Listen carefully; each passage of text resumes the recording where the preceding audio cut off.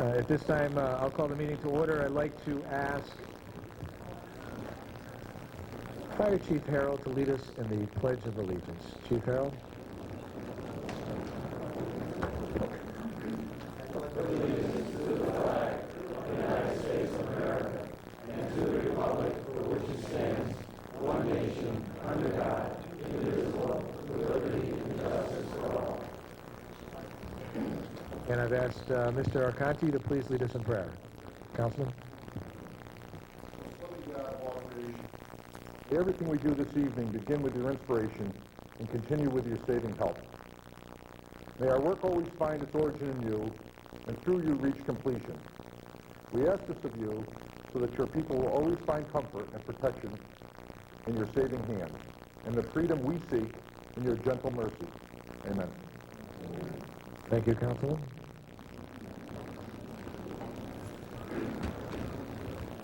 Will the clerk please call the roll?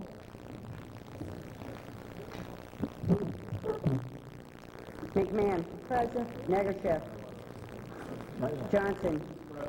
Trombetta. Pellegrino. Perkins. Visconti.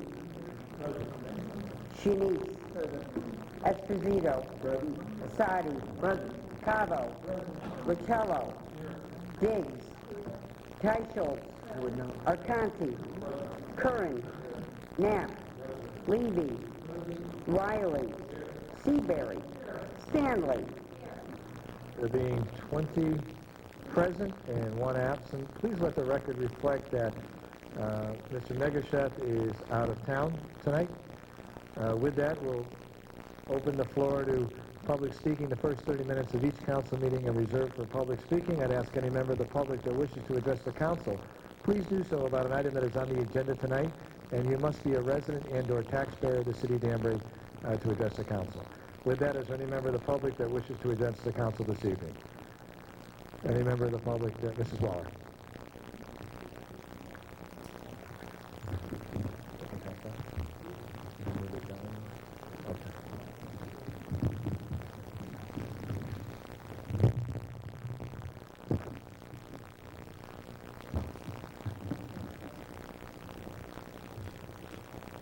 Good evening. My name is Lynn Waller, 83 Highland Avenue, Danbury, Connecticut. I'd like to address you on several items on the agenda. Number 15, the airport plaza. I am upset by the fact that the person would like to rent at below what they are paying now. Please don't lower this rent. Please also look at the length of time for the lease. 20 years with 5 10-year options. That's 70 years you're tying it up. Terms this long may tie up the property of the airport and even the future of common council hands if they want to change things. It just seems like a tremendously long lease. I think it's wrong. Hospital Avenue, I attended the ad hoc committee, and I am dead set against the lease license of this property. Cars and kids don't mix. I believe this matter came before you in past years and was turned down. What changed? The school board and neighbors are against it. And probably still are. Were they even notified? I was also amazed to see that the paltry offer of money in rent was lowered even further when the superintendent of schools suggested the donation in the form of a scholarship to the school. So instead of adding the $1,000 to the rent, the doctor subtracted it from the suggested rent, so he came out even, and the city's general fund is the loser. Talking with the superintendent does not constitute getting the approval of the Board of Ed or the people of the city of Danbury. This doctor is in a residential zone.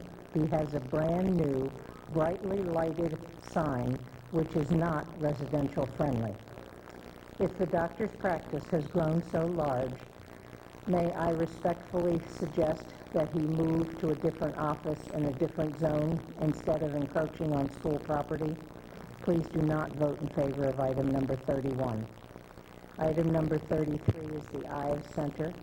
I am disappointed that instead of costing the taxpayers money, as was mentioned in 2007 when you set up the authority, We are now being asked to buy land. We bought the chairs and equipment for almost $75,000 earlier, and now this. How are we going to fund this purchase?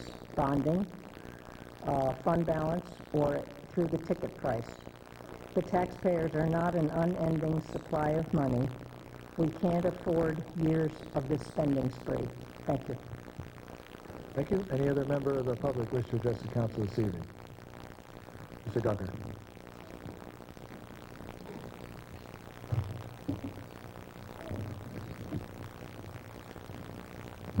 Ken Gucker, 89 Cadenham Road. Again, I apologize for my attire. I figured I'd first start off with praise for the council. Praise as to the Rockwood Lane situation. I was happy, as I've said in the past, to see the council work in a bipartisan nature to come up with a fair agreement as to how to handle city-owned property and to preserve open space. I was happy to read in the ad hoc report that the person who was going to purchase the property has agreed not to, so it will remain, from what I understand, in the city's hold. And I would encourage you to keep these kind of things up. Keep encouraging open space. Take the open space that we have already and make sure that it stays with the city as open space, whether it be a lease, whether it be a sale, save it for future generations. So, again, I'm very happy to see where the Rockwood Lane thing has gone, and you all did a congratulations on that. Now to the negative, unfortunately. I am against the Hospital Avenue, which again now we're dealing with city property and open space. We, I believe, spoke about this a number of months ago, or maybe it's even longer than that, and I believe it was turned down. We have, no matter how small this space would be, we have a heavily wooded area that we want to turn into a parking lot in a school area, which, as Lynn Waller has eloquently noted, kids and cars don't mix. We don't need more of city land being swallowed up by private enterprise. We need to preserve this. And the thing that kind of got me on this was if the leasee decides not to go through, or decides to let this fall apart at a later date, it would be turned back into grass. Well, it's wooded area now, so we're going to clear this out. We're going to clear out all this wooded area, put in a parking lot, defaults, turn it into a lawn. That's not the same kind of, open space isn't always a golf course or a lawn. It is natural environment, trees, etc. And I'm sure we've all heard global warming directly affected by trees, etc. Moisture taken from the air, put into trees, brought back into the air. If this does go through, which I hope it doesn't, I think maybe we should also look into some sort of bond or some sort of contingency fund that the applicant has to put up to ensure that that's turned back into grass or trees or etc. I don't see anything in here that says, if he defaults, he's supposed to bring it back, but where does that money come from? Does it just disappear? Or do we get that money now, put it aside, in case this happens, we have that to fall back on? I would rather you not turn this into a parking lot, but at least consider those options. And lastly is item number 33, the Charles Ives. It seems like when it comes down to the Charles Ives area, we get asked to give more money to help them over the hump. $70,000 a couple of years ago in the budget as seed money to help them over the hump, and they won't be back. Last budget, $50,000. This will help them, and they won't come back. Now we're looking at buying property, 1.8 acres of land, to help them over the hump again. This doesn't make sense. 3 or 4 council meetings ago, we had organizations that were here asking for funding, and they were told, we need to tighten our belts. We don't have the money. We have to make tough choices. But yet here we are again, spending more city money on things that aren't really helping the average taxpayer. It's a tough time. People aren't making it with the high cost of energy, with the high cost of health insurance, rents, taxes, etc. Now we're going to add this burden. And from what I've read in the ad hoc report, I believe it's going to be another bonded issue. How many more bonded issues are we going to have in this city? Last time I was here, we bonded $2.5 million in bond packages. I mean, where does it stop? It's like it's like running away with the credit card. Eventually, this all has to be paid back. It doesn't make sense. I mean, there's also contradictions in here that the property will be considered open space. But then you go farther down, it's also going to be used for leveraging if the state wants to get rid of the land that's next to it because it's a building lot. So is it open space or is it a building lot? What are we exactly doing here? I mean, we're entrusting you with our pocketbooks. We're entrusting you with our hard-earned tax dollars, which, as you see, aren't going as far as they used to. And I think this is a bad idea. I think we are maxing out the credit card. We are over our heads. Thank you very much for your time. Thank you, Mr. Gucker. Anybody else like to address the council this evening? Mr. Greenberg?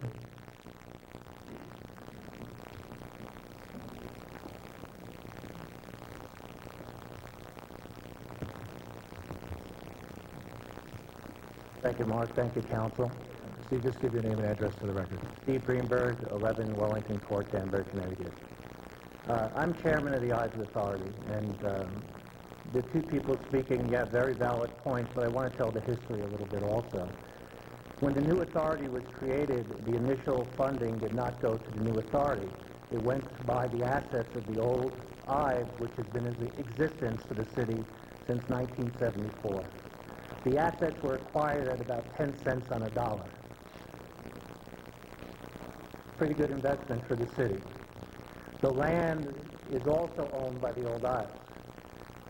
It's been negotiated down with the help of David and Mark. Newtown Savings Bank has the note on it, and it will be acquired for approximately $130,000. It also has structures on it. It's a building lot where an appraisal was done on that property 2 years ago. Of course, we're in a declining market, but that appraisal was $190,000. So the Eyes today, because of our fiscal management as a new authority with 1 year under our belt, and we just received our first funding from the city July 1, and thank you. We've been running on air, and we put on a great season with Frankie Valli, the Beach Boys, Melissa Etheridge, Lyle Lovett, and other entertainment. We have a family fair day, September 21st, with the Eyes Orchestra, and we just signed up the Connecticut Ballet. About 40 charity organizations and dance groups and churches in your town will participate in that. It's a free day for everybody in the city as a thank you. So there is value given back to the city. Without culture, your property values will diminish. We are going to be profitable this season. I'm going to make a bold statement. Very bold, Coach. Because of our fiscal management and reducing our liabilities, we've taken promoters on, we've reduced our costs, we've reduced our advertising, and we are now properly managed, unlike the old Eyes Authority or the Eyes Center, with due respect for them. So I urge you to consider acquiring the land. It's necessary for our future, it's part of our property, and it does give us leverage. It is a building lot if we ever need to be, but our goal is to grow the Eyes into a cultural center for this area. If you've ever been to a concert, which I know many of you have, the traffic for businesses along Mill Plain Road, for the hotels that sponsor us, is tremendous. It's an economic boom to the city at a very inexpensive price. We also have full intentions as we get on our feet and make more money to accommodate this debt. It will not be a burden for the taxpayers in the long run. Thank you. Mr. Greenberg, anybody else wish to address the council this evening? Seeing none, then we'll move on with our regularly scheduled meeting this evening. I have several announcements I'd just like to mention. Jane and Leroy Dick's wedding anniversary was August 2nd. Councilwoman, happy wedding anniversary and many happy returns to you and Leroy. Congratulations. August 5th, wait a minute, is that today?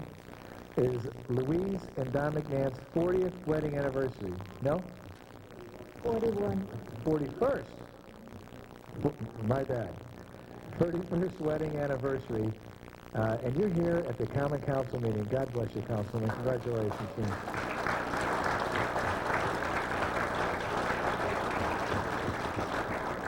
Don, if you're watching, thank you for sharing her with us. August 21st is Dwayne Perkins' birthday. He turns 26. That's awesome. August 28th is Ben Shinisi's birthday as well. Councilman, congratulations. And there are a number of events that we have going on this month. I want to point out a couple very quickly to you before we begin our regular meeting. On August 14th, 15th, and 16th is the Maharajan. Did I say that correct, Mr. Sadi? I finally got it right this year. It's the Lebanese Festival. It's a good time over at the St. Anthony's Maronite Church at Granville Avenue. It's great food, great dancing. I encourage you to stop by any of those days and see what the community is doing. And I certainly want to thank the folks at St. Anthony's for running such a wonderful program. August 17th is recognition of India's Independence Day, and we're going to hold a flag-raising ceremony here for India at 11:30 a.m. Again, it's another good event. There's usually some dancing and some other things that go on during this event, so we encourage you to attend that if you can find time. And we also have the Housing Authority has their employee recognition. That'll be at Terrywell Mansion on August the 14th at noon. And that's certainly not all of the events that are happening this month. Please check with Wendy in my office if you want to know what best times to go and any other questions that you might have about those particular events. With that, we're going to move on to the regular part of our meeting. Mr. President, the minutes, please. Thank you, Your Honor. At this time, I would like to make a motion that we waive the reading of the minutes as all members have copies, and copies are on file in the city clerk's office. Motion made and seconded by Mr. Perkins. I believe there's one correction to the minutes, Mr. Cabo. Your Honor, I'd like to just, without objection, on item number 25, 26, 27, and 28, please have the minutes of that public hearing reflect that Mr. Esposito and Mrs. Diggs were present at that meeting. There was a Scribner's error, and I'd like to have that correction in there if I could. Okay, without objection, we'll order the clerk to make the adjustments of the minutes as amended. Any other changes, deletions, corrections to the minutes as presented? Seeing none, then I will try your minds in acceptance of the minutes. All those in favor, please signify by saying aye. Aye. All opposed, signify by saying nay. Ayes have it, motion carries unanimously. Mr. Majority Leader, the consent calendar, please. Thank you, Your Honor. Consent calendar, August 5th, 2008. Number 2, receive the communication and confirm the appointment of Jack A. Robbins, Ph.D., to serve on the City of Danbury Certified Local Government Advisory Committee. Number 3, receive the communication and confirm the following individuals to serve on the City of Danbury Other Post-Employment Benefit Board: Nicholas Sotos, Pamela Evanuska, Andrea J. Gray, Gladys L. Ivansko, and Roger A. Palazzo. Number 4, excuse me, receive the communication and accept the donation of $679 and transfer this donation to line item 6000.03 Dress for Success donations in the HLPHDON account and send the appropriate letters of thanks. Number 5, receive the communication and accept the donation of $50 from Ed and Sharon Mikowski and present to purchase supplies needed for the Danbury Animal Pound and send the appropriate letters of thanks. Number 6, receive the communication and accept the donation of 4 Japanese maple trees valued at $300 from the Danbury Adult Ed office and send the appropriate letter of thanks. Number 7, receive the communication and accept the donations for performances by the Cellmate from Almost Home, $50, the Gardens, $25, the Homestead, $25, the Laurel Ridge, $125, and send the appropriate letters of thanks. Number 9, receive the communication and approve the reappropriation of $123,432.26 to the water fund account and $472,765.18 to the sewer fund account. Number 10, receive the communication and approve the reappropriation of $26,000 to the ambulance account 50000.5330. Number 12, receive the communication and transfer $18,705 into the appropriate line items from the city's contingency account for the August 12, 2008 primary. Number 18, receive the communication and adopt the resolution to authorize Mayor Marky Boughton or David Day to enter into and sign contracts with the State of Connecticut Department of Environmental Protection for the nitrogen removal project. And number 19, receive the communication and adopt the resolution to authorize Mayor Marky Boughton to apply for and accept funding from the United States Department of Housing and Urban Development for the Community Development Block Grant. Number 20, receive the communication and adopt the resolution to authorize the City of Danbury Town Clerk to apply for and accept funding from the State of Connecticut Office of Public Records Administrator through the Connecticut State Library for the preservation of documents. 21, receive the communication and adopt the resolution to authorize Mayor Marky Boughton or Paul D. Estefan to apply for and accept funding from the State of Connecticut Department of Emergency Management and Homeland Security. Number 22, receive the communication and adopt the resolution to authorize Mayor Marky Boughton or Scott Leroy to apply for and accept the Recreational Trails Grant from the Connecticut Department of Environmental Protection. 24, receive the report and approve the request for water extension at 2022 Old Ridgebury Road, subject to the compliance with the City Engineering Department and standard conditions for the required 8 steps. 25, receive the report and approve the recommendations of the committee. 26, receive the report and approve the recommendations of the committee. 27, receive the report and approve the recommendations of the committee. 28, receive the report and approve the recommendations of the committee. And 30, receive the report and approve the recommendations of the committee. Thank you, Your Honor. Thank you, Mr. Majority Leader. What's your pleasure, Council? Councilman Calvo?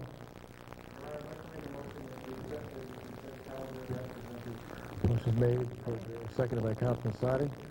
Any discussion related to the consent calendar? Seeing none, then I'll try your minds. All in favor, please signify by saying aye. All opposed, signify by saying nay. Ayes have it. Motion carries unanimously. Madam Clerk, item 1, please. Communication, promotions to the Fire Department. Dear Common Council members, I am pleased to submit for your confirmation the appointment of firefighter Heather Anderson to the position of Lieutenant of the Danbury Fire Department. Heather was appointed to the Danbury Fire Department October 4th, 1999. She came to Danbury with experience as a volunteer firefighter and EMT.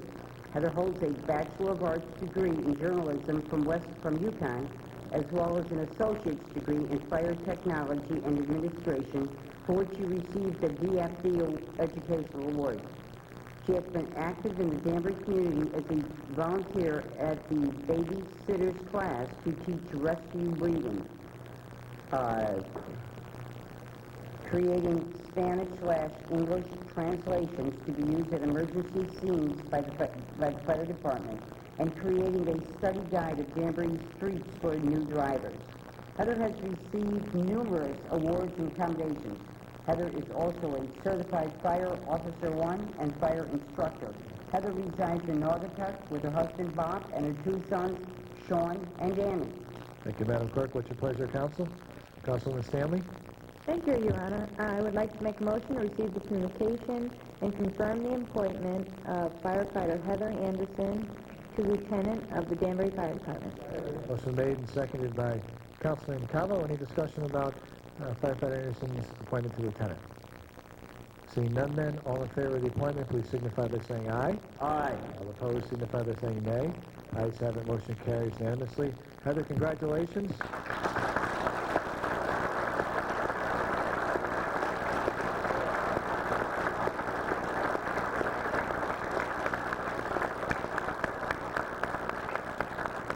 know that I speak on behalf of the entire council and your brothers and sisters behind you in the fire service, and we thank you for your dedication. We congratulate you on your appointment. All of us look forward to working together with you as you continue up the career ladder, and this is a real testament to your strength and your fortitude and your vision at reaching this milestone. So God bless you, and thank you for your family. I don't know if you have anybody here you want to introduce and embarrass, but...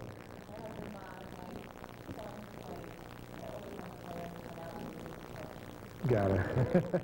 So, Bob, thank you, and again, congratulations, and God bless you. Keep up the good work.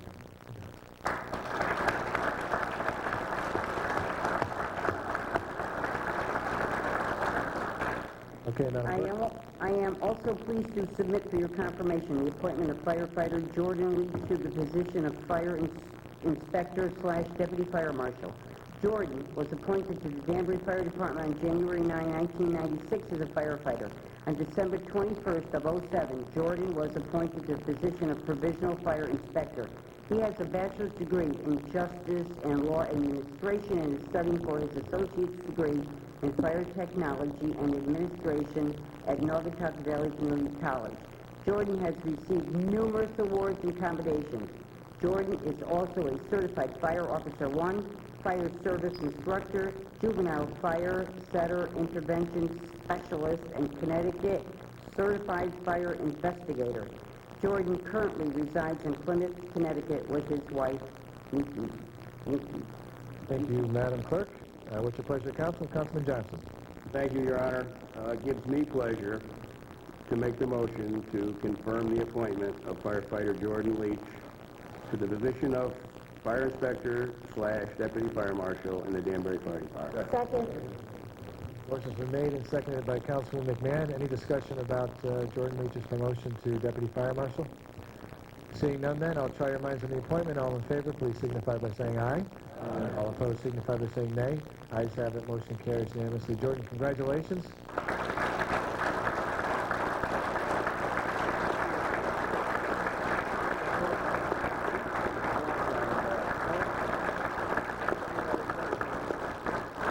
I have to tell you, we had three really super qualified candidates in the positions of deputy fire marshal. Jordan came in, did a great job in the interview.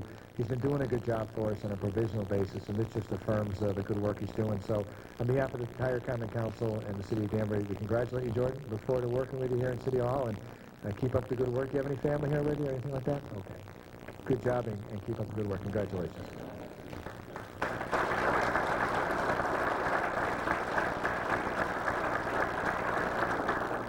Met family besides the family that you're standing with back there. So, Madam Clerk?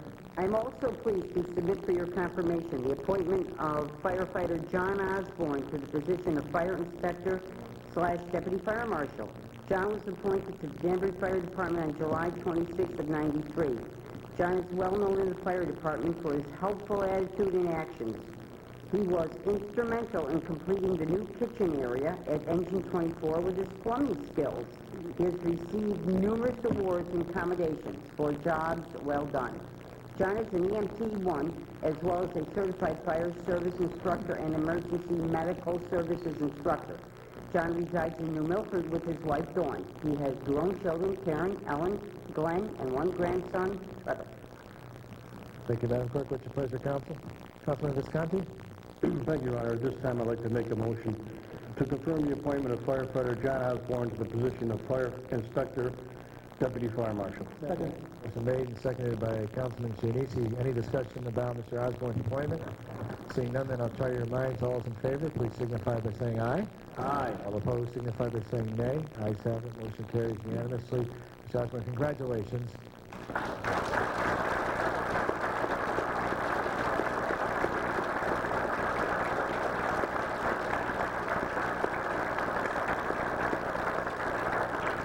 Again, on behalf of the council and your brothers and sisters behind you, I know how much you can enjoy working up here on the Hill, and we want to congratulate you and welcome you to this new position. We know you're going to do a great job. Don't know if you have any family with you, if you want to introduce them.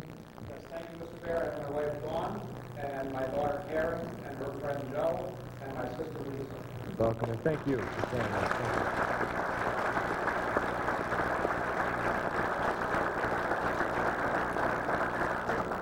Madam Clerk?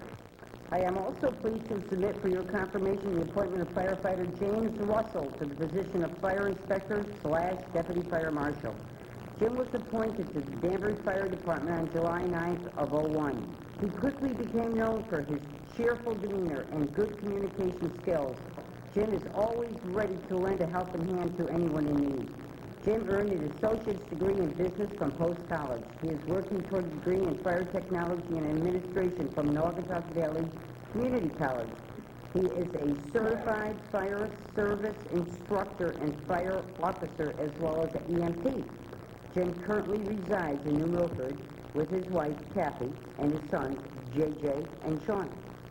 Thank you, Madam Clerk. What's your pleasure, Council? Councilman Kern. It gives me great pleasure to make the motion to promote firefighter Jim Russell to Fire Inspector, Deputy Fire Marshal. Jim's been a great asset in the fire department for all the time he's been there, and he's going to be a great asset in a great fire marshal's office in the Danbury Fire Department. Congratulations. Okay, seconded by Mr. Boy, that was tough. I got to give it to Mr. Riley. He's a little quicker on the draw, Mr. Arcani. Motion's been made and seconded. Any discussion about the appointment? Seeing none, then I'll try your minds. All in favor, please signify by saying aye. Aye. All opposed, signify by saying nay. Ayes have it. Motion carries unanimously. Jim, congratulations.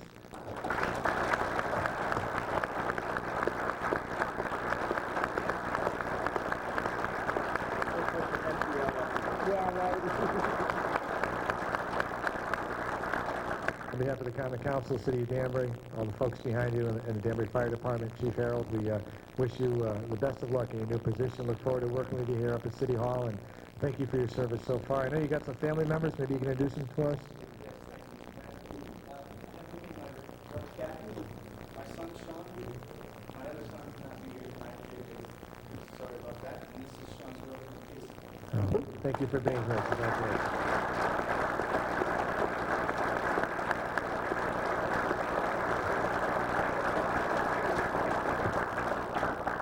Once again, Chief Harold, thank you. Ginny Alaska-Warner, who's not here tonight, Director of Personnel, I want to thank her as well. And thank all of our appointees and wish you the best in your next step in your career ladder. And thanks to the Fire Department for being out here tonight. It means a lot for the folks that are getting promoted. So keep up the good work, folks.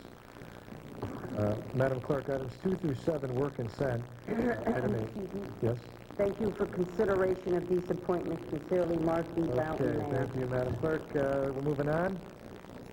Madam Clerk, item 8, please. Communication, request for ad hoc investment policy. What's your pleasure, Council? Mr. Calandrino.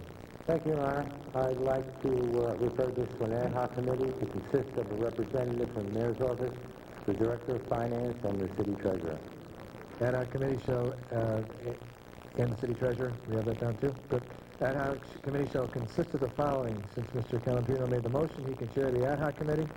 Mr. Trombetta can join him, and we're going to let Mr. Chianese join him as well. Items 9 and 10 were consent. Madam Clerk, item 11, please.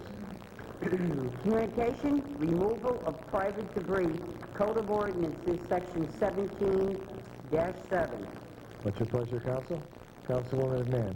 Thank you, Your Honor. I'd like to refer this to an ad hoc committee with Corporation Counsel and the Director of Public Works. Ad hoc committee shall consist of the following. Councilman Arcanti, Councilwoman McMahon, and Councilman Visconti. Item 12 was consent. Item 13, please. Communication, request for parking, two-wheel vehicles. What's your pleasure, Council? Councilman Teicholz.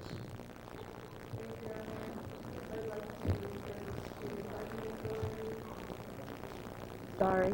I would like to refer this to the Parking Authority and the Director of Public Works for reports. Seeing no objection, it is so ordered. Madam Clerk, item 14, please. Communication, request for all ad hoc property tax abatement. What's your pleasure, Council? Councilman Trombetta? Thank you, Your Honor. I'd like to receive the communication and request an ad hoc committee consisting of the Director of Finance, the Conservation Commission, the Corporation Counsel, and Tax Assessor Office. Ad hoc committee shall consist of the following. Councilwoman McMahon, Councilman Curran, and Councilman Rotello. Madam Clerk, item 15, please. Communication, proposal to renew parking leases. What's your pleasure, Council? Councilman Curran.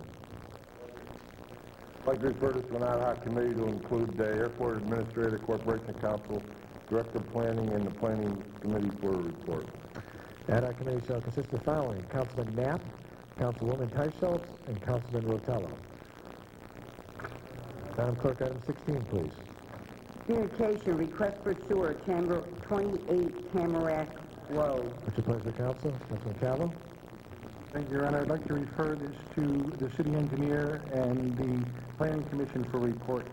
Seeing no objection, is so ordered. Madam Clerk, item 17, please. Communication, request for sewer, 30 Tamarack Road. What's your pleasure, Council? Councilman Calvo? Thank you, Your Honor. I'd like to refer this to the city engineer and the planning commission for reports as well. Seeing no objection, is so ordered. Items 18 through 22 are consent.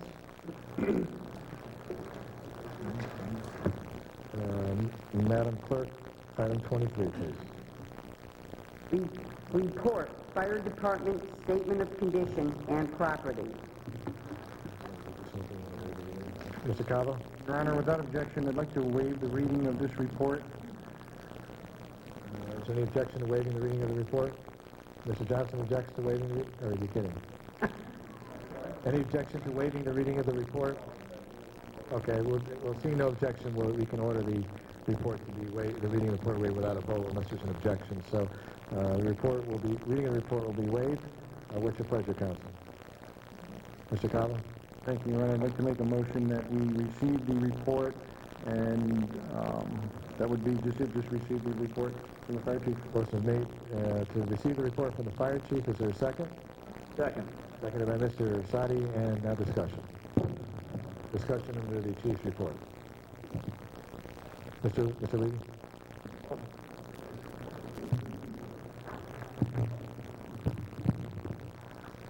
Thank you, Your Honor. I would like to thank the chief for a real comprehensive report and pointing out some of the needs within the fire department itself. I was particularly concerned through the chair to the chief, perhaps they could expand on the communication seems to be a major issue, and on how that's going to be resolved. And it always seems to be a problem in the emergency service, and I recognize that some of that is going to take place with the new PD, but I'm worried about the interim period, and perhaps you can tell us what's happening. Chief? Yes, on the statement of condition, it's a report that gives a general statement of the situation as it exists, both mechanically and fiscally. The mayor and I have met with Chief Baker discussing the issues surrounding the pending move to the new police station. The radio systems that we're currently using, and I'm going to address specifically the fire department as it's in my statement, a lot of the actual hardware is no longer supportable. The manufacturers have not made most of these parts since the mid-90s. And up until now, it's been kit bashed. You know, we find spare parts that have been taken apart and making it run. They gave me a pretty dire warning that, you know, if we were to try to move this, it might not start up again. When I took over a little over a year and a half ago, we knew this was going on, and the mayor was aware of it then, and we've been working with the necessary people to try to get parts and pieces that will continue having it run. Last Thanksgiving, we had a problem, as it was mentioned in the statement. Right now, we're in the process of finding a new module that will carry us through, certainly for the foreseeable future. Its expenses varying somewhere between $15,000 or $20,000, and that money is available in our regular maintenance budgets and stuff, and that will get us through the immediate future. The big problem is that our radio system is really a three-part system. We have our standard communication system, we have our two-way low band, high band, and the technical issues are not significant. But the big thing here, and the one we're talking about right now, is that system which helps us get the volunteers' pagers to get the volunteers notified. And that, of course, is a very crucial part of our operations. As a combination department, we have to be able to communicate with them. So what we're doing now is working on a system that will keep that up and running. And this is as a result of the macro radio project their project was out there, and they're giving us a report soon on how to go about fixing this radio system. When that comes in, we'll have a much better idea on what we need to do. It has not happened in a vacuum, and we've been all working with other agencies, the mayor, myself, the police department, public works, to keep this. So we will keep it running. Statement of condition was just that. Some of these things are in pretty bad shape. They're old. They were given to us.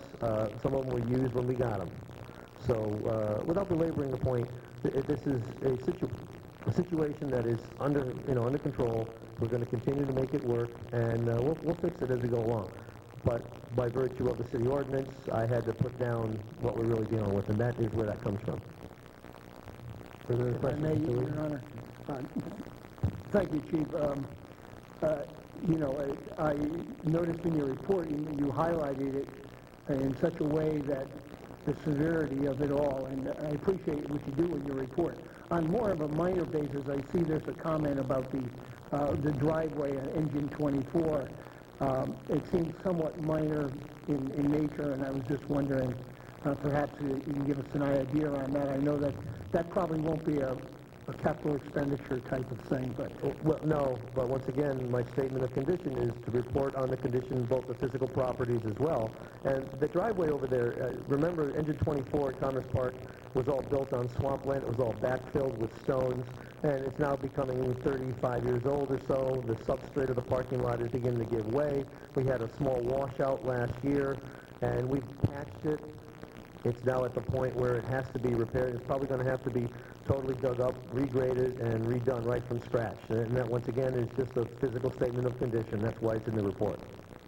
Well, thank you. Thank you, Your Honor. I'm pretty well through, and I like the report, and I like the fact that the council can anticipate these items will come back and will be costs that we can anticipate. That's why they're in the report. Thank you, Mr. Levy. Any further discussion? Mr. Visconti. Thank you, Your Honor. Through the chair, if I may, the chief. I, too, Chief, was very impressed with the report. Time goes on, and we need to make improvements, obviously, and that's what this is all about. We will be moving into the new police station. Will the radio operations that we have now, coinciding with the police department, be able to be put in there, or are we going to be leaving them where they are for the time being with what we have? Yes and no. The radios will eventually wind up over there. As the police department takes over that building, they'll be doing a timed entry into the building where certain divisions will move over. It'll be over a several weeks or months period. And even after they're in there, we will not be moving the 911 or the radio system there immediately. It'll happen over a schedule of time depending on acquisition of new equipment, acquisition of the 911 consoles. These are all both, time sensitive in that we have to get the ordering in, get the scheduling done. OSET, the statewide emergency telecommunications network, will be part of that, setting up the new 911 system. And then the radios, some of them will move. Police department, of course, will move theirs first. They'll be in, they'll establish the system, get it up and running, and then we'll be integrating the systems at a later date. At this time, there is no date or specific calendar designed for that. Once again, we've been in contact with the mayor, and the police chief and I are working on that, and that's going to be an ongoing project. Right now, we anticipate it happening sometime later into the fall of next year, in 2009, before we're even close to being done. And as I said, there's no specific time frame for that at this time. Follow up, please. We noticed in your report, too, that there's quite a bit of a problem in fire headquarters on New Street. I know we were looking at the property next door. I don't know where we are with that right now, but with that, if we were able to purchase that property at the right price, what would be your thoughts about doing something there?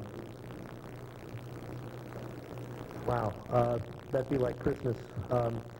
If anybody has driven by the firehouse, you see a lot of equipment, and I'm talking hundreds of thousands of dollars of equipment that are parked outside.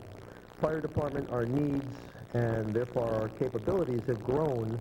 The city has seen to it that we've gotten the parts and pieces we need to do the job. However, we're short garage space, probably 10 bays, maybe. We have equipment stored at the airport. We have equipment stored outside at headquarters. We have equipment filling up the bays at the outstations, a number of trailers. To buy that property next door, if that property were to become available, or another piece someplace, Every time I come out of my office, I look at the old Van Houten property and like to get a hold of that. The reality of it is we do need physical space. We have outgrown our situation. If that property next door to us was bought, we would create a maintenance facility. We would be able to use it for storage and put some of these other units inside. It would be a boon to the department in just unimaginable ways. It would create a situation where all that stuff could be out of the weather protected, and it is many hundreds of thousands of dollars, if not millions of dollars invested, that we would be protecting. One more, if I may, through the chair. The chief and I and several members of the volunteer council have been meeting for the last year or so in regards to doing something with Engine 5, Engine 6, and now we're looking also at Engine 7. Where do we stand with that right now?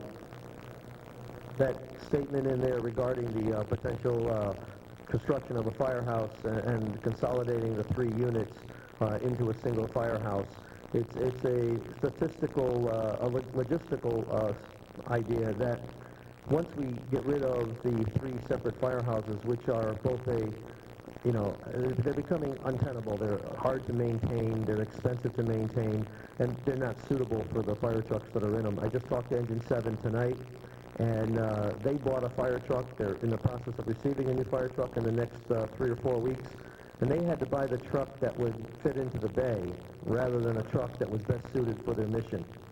And in a day, it's just not suitable to do that. We should buy the equipment that we need that is best suited to the mission to which it will be applied. So what my proposal is that we create a South Battalion of volunteers, if you will. The individual companies would all retain their identities. They are not being merged.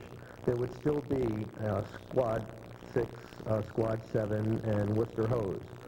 It's not to merge them, but to get them into a single facility. Single facility reduces overall maintenance costs. It would give us a situation where we can have a training and classroom facility that could accommodate multiple companies at one time. The logistics behind putting all 3 in one unit, it allows for cross-training on the units, makes easier to get runs, get units out on the road on a run. If Engine 5 needs 3 people when they only have 2, and somebody from Squad 7 was trained on Engine 5, they could hop in and get that vehicle on the road. Right now, that companies are already doing that, only instead of doing it out of one house, they're going to different houses. 13s is coming to 12, 12 is going to 13. Other companies are helping each other out. That's what volunteers do. They help each other out. Putting them into a single facility that would reduce maintenance costs, give us a new energy-efficient place to keep them, once again, would just create a situation that makes it both easier and logistically less expensive to run. Chief, other questions for Chief? Mr. Riley? And Mr. Campbell. Thank you, Mayor. Through the chair to Chief. Also, I would like to, Chief, thank you for a very succinct report. It's always very helpful to all of us to see what is going on and anticipate some of the issues. One of the things that I noted was that you state that the volunteers at this time that are very important to the operation of the complete fire, investigation, whatever it might be, is very important. And you also said that right now it seems to be pretty adequate. What are some of the things that you do? I know that you must be doing something in terms of trying to bring more people in on a voluntary basis to help out. That's a good point. Putting the 3 engines in one facility, the 3 units in one facility, would also, in our view, facilitate recruitment. First of all, the house becomes more active, and that's simply a case of geography. Certain volunteer houses are less active than others. You take a look in your monthly report, the statistics are there about which engines are being called out, which units are being called out. So if it's as busy a firehouse, I would hope, and our hope is that it would increase recruitment and retention by getting the people interested in having more to do. Certainly with 3 different fire trucks in there, there's definitely more to do. One thing I'd like to point out, traditionally it used to be that fire trucks were very geographically oriented. They had a response area, and that was their primary response area. However, Squad 6 and 7 no longer have a geographic area.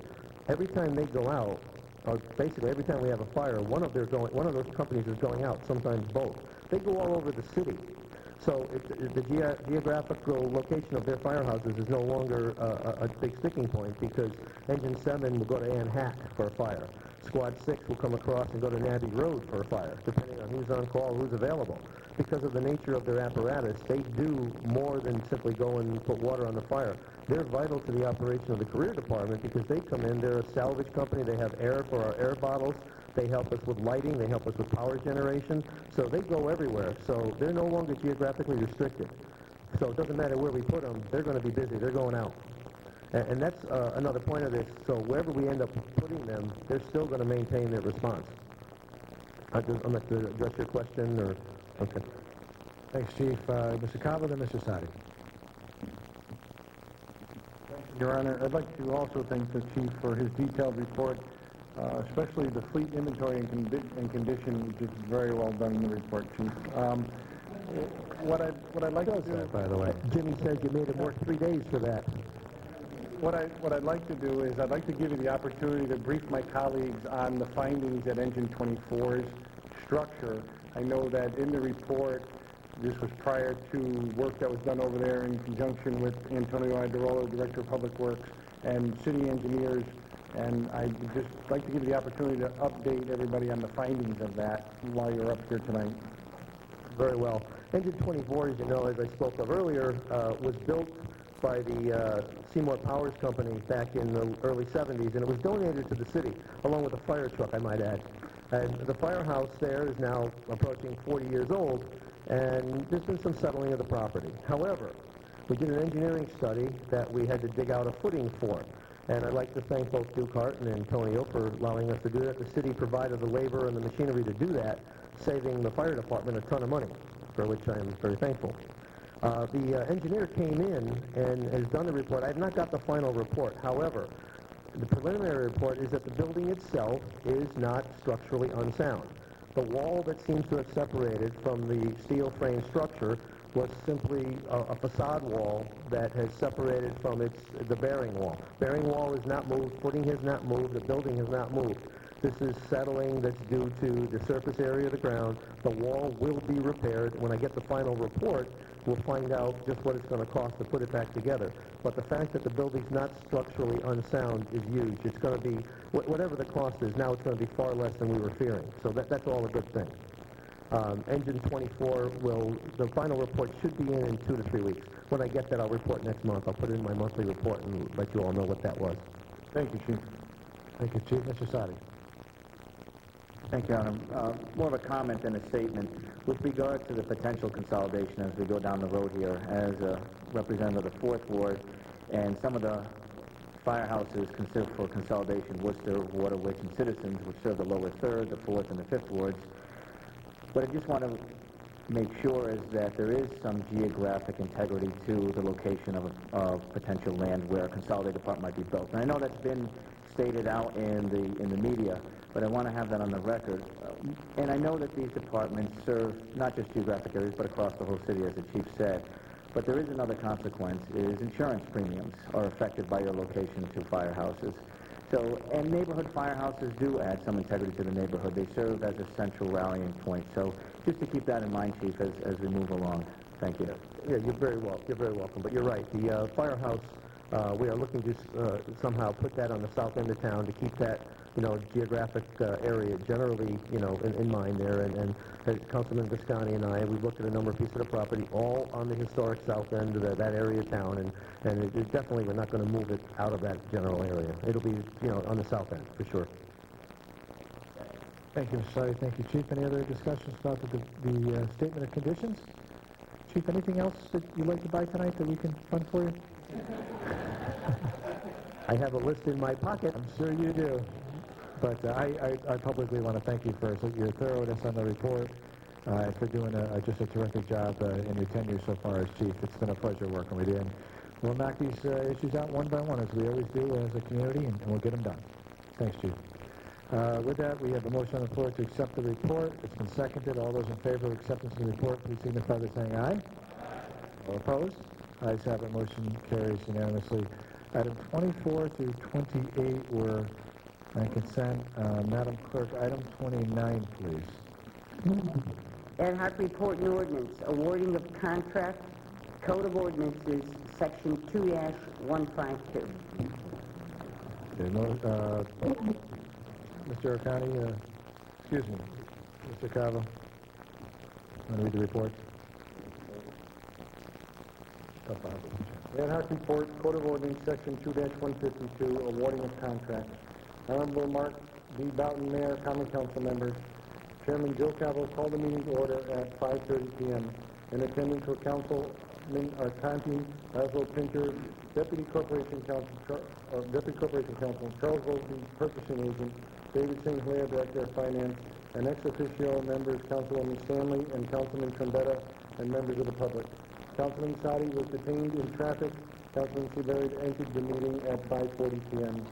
Attorney Pinter provided background information on the origin of the request to change the ordinance to allow vendors who may have outstanding obligations to the city to participate in the bidding process should a bid be awarded to a vendor owing a debt to the city.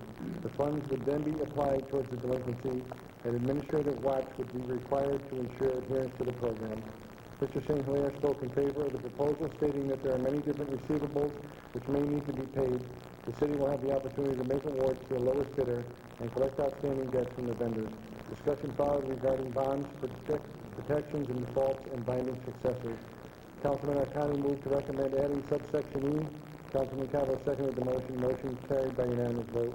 Councilman Arcani moved to adjourn at 5:45 p.m., seconded by Councilman Cavo. Motion passed unanimously. Respectfully submitted, Joseph Cavo, Chairman. Thank you, Mr. Cavo. What's your pleasure, Council? Mr. Sadi? Motion made, referred to a public hearing. See no objection. It's so ordered. We'll have more debate and discussion about this, I'm sure, at the committee of the whole.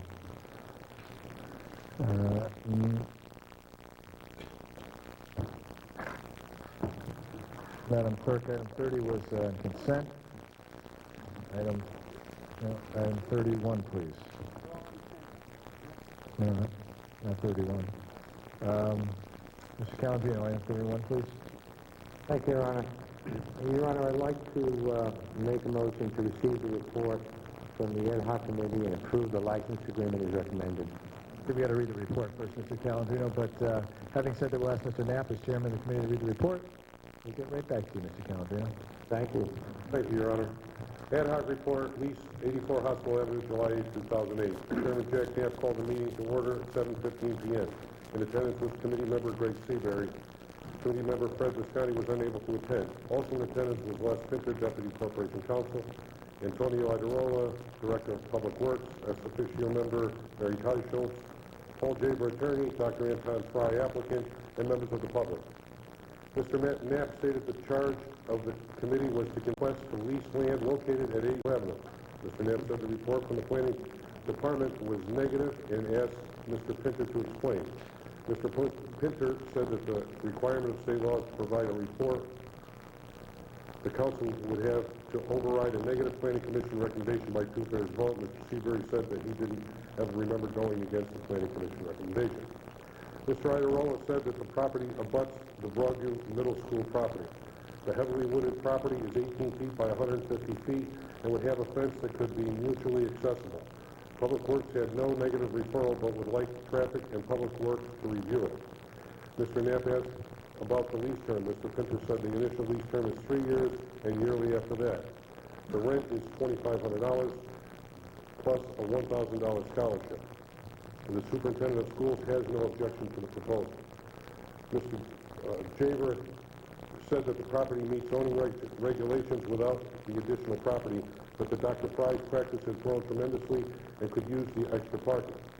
Mr. Seabury moved to recommend to the council to approve the license agreement with active input from the Director of Public Works and the Traffic Engineer. Mr. Knapp seconded the motion. Motion passed unanimously.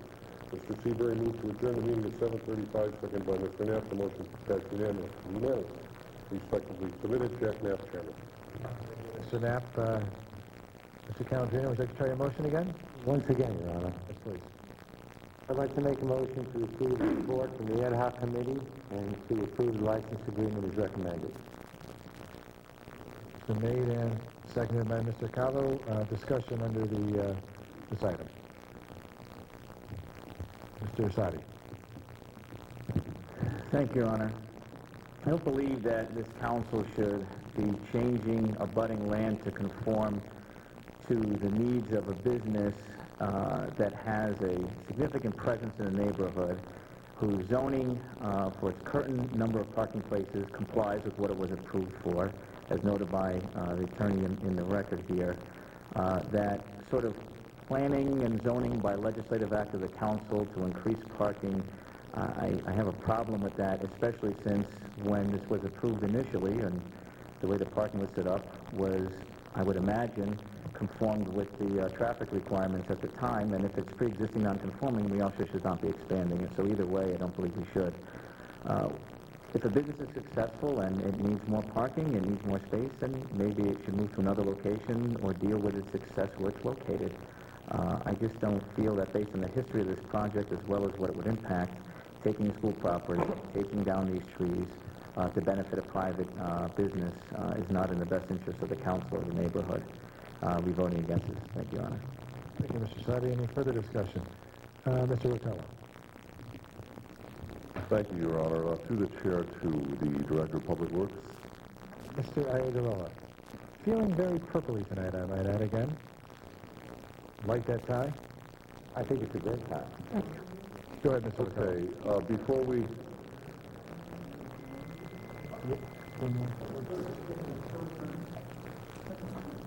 I think it's blue. It's kind of blue. Oh, you're done. Magenta. We're going to have a long talk in the morning. Go ahead, Mr. Rotella. I have a map here, Mr. Iadarola, and before we start chipping away at the property that abuts the petitioner, which is the junior high school, I went up to the site, took a look at it, brought a measuring tape with me, and we've basically got an entrance to the doctor's office off of Hospital Avenue, 84 Hospital Avenue, and as you drive in, on the right-hand side are at present 12 spaces. Beyond that, and I sympathize with the doctor, are woods, and he probably looks at those woods covetously every day, thinking, boy, if my parking lot was a little bit bigger, my problems would be solved. Okay. And basically, I think, according to the map that I was given by Corporation Counsel, what he essentially wants to do is extend that parking lot 18 feet towards the school entrance. And he will then move, if you will, those 12 parking spaces west. And that will give him enough room on the opposite side to add 8 more parking spaces. According to this map, and my count may be off by 1 or 2, his 12 spaces on the right will become 11, so he's actually going to lose 1 in the move. He'll pick up 8 for a net gain of 7. So really what we're talking about here is, in spite of the fact he'll be leasing 8 parking spaces from the city, his net gain, after all of this, will be 7 spots. Is that correct? Yeah, that's, I believe, what the map shows. Okay.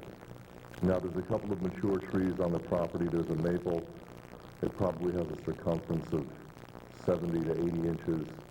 It's got to be at least 50 years old. That's within the 18-foot line. That has to come down. There's a couple of smaller maples. They have to come down. There's quite a few that won't have to come down. But clearly those trees, I don't know how old if Mark Miller was here, you'd probably tell me, I don't know how old a 6-foot maple is, but it's got to be, 40, 50, 60 years old. It just doesn't work out if he moves, if his business really takes off and he's got to wind up down the street where all the other facilities are, and we reclaim that land, assuming that we don't use that building for something else. We can't replace those trees. I mean, that's a given. So it's just going to get reseeded. It seems to me that there's an awful lot of terraforming, if you will, going on to pick up 7 spaces. I mean, he's taking 18 feet, he's carving into the woods, he's taking down mature trees. Really, the license agreement says 11 spaces, and indeed he will be leasing 11 spaces from us, but his net gain is only 7. I think 11 spaces will occupy the property that we're actually leasing to him. So Right. although there's a net gain of 7, He's not 11 losing, will right. actually occupy the leased property Exactly. that we would be... 12 there now he has to give up because that's going to be the new drive row. Correct. And the 11 will be to the right of that. So it's really the 7 on the left or the 8 that he'll be picking up. You know, I did a little math on this, and I looked at the price, $3,500, including help me out here, the scholarship, comes out to be somewhere in the vicinity of about $300 a month. And that means he'll be paying, I think on my computer calculator, something like $26.51 per month per space. And I think the city right now rents out outdoor parking spaces for $35. That seems a little below market to me. Just look at the finances of this particular deal. Regardless of where that 1,000 goes, it's costing him about $26.50 per parking space. Not for the 7, but for the 11 that he'll be renting. That seemed a little off, but I have to tell you, for everything that's going on here, I would, at the very least, like to send this back to the Board of Education and have them take a look at it. There's a precedent here. Park Avenue School on Pleasant Street was built long after those houses went in, and none of those houses can expand their property now. They can't make a deal with an adjacent neighbor, and believe me, those 50-foot wide lots are, some of those people are starving for more room. They would love to take a little bit of that unused edge field at Park Avenue for a swimming pool or a swing set or whatever. I don't know if we want to go down that road. I think that if we're going to take a look at it, we should at least notify the neighbors, send it to public. I know that's not your purview, but I'm just thinking out loud here, and at least give it back to the Board of Education to sign off on if indeed they do. Thank you very much for your time. If I could just interject now, Mr. Pinter, I believe under the statute, if it were to be adopted by the council, there has to be a public hearing under the acquisition of land. Does this fall under the statute, even though it's a lease? No? That statute applies for open space for sale or lease. So yes. I never read the final version of the bill. I saw some of the alliterations early on where it talked about leases and any public property, so. Right. Okay.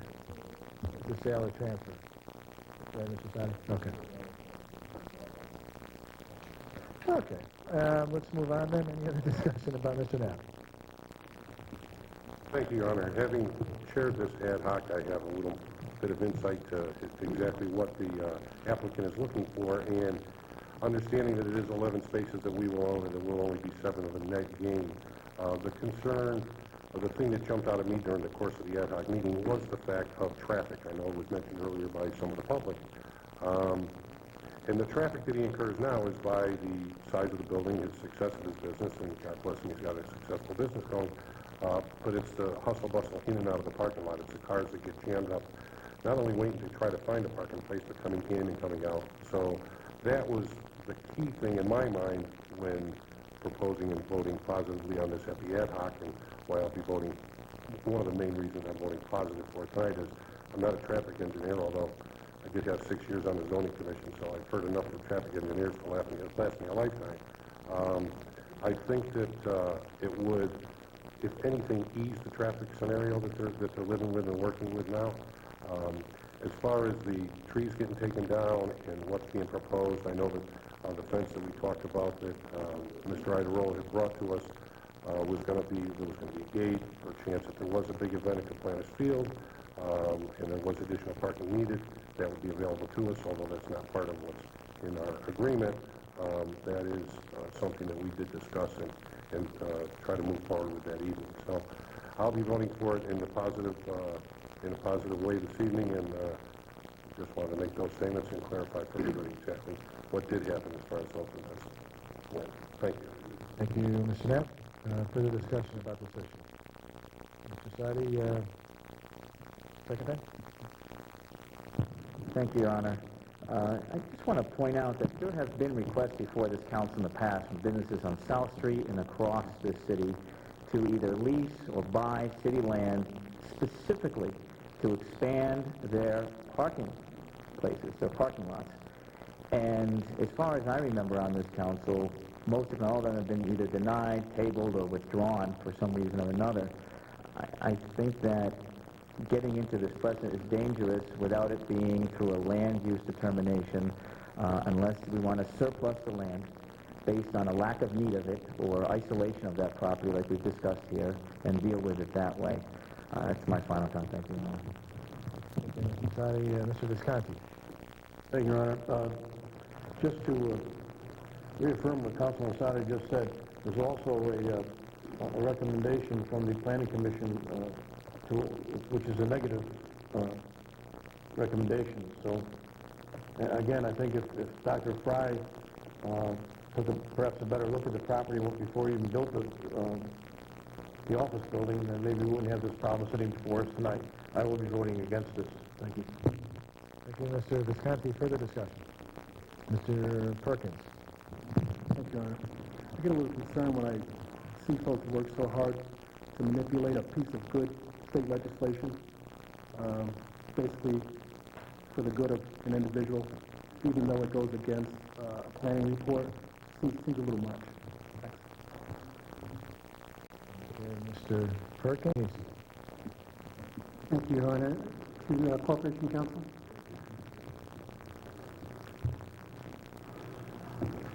It's stated in the report that a negative recommendation from the Planning Commission was given, and a two-thirds vote is required from this council to override this. Does that still apply? Yes.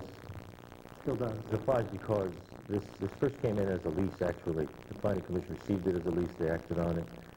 It's called a license, but I termed it, I think the council needs to give credence and respect to the Planning Commission action on this. Although it's called a license, the earmarks are a lease. So the Planning Commission, in my opinion, properly made its recommendation, and if you override that, you need a two-thirds vote in this case.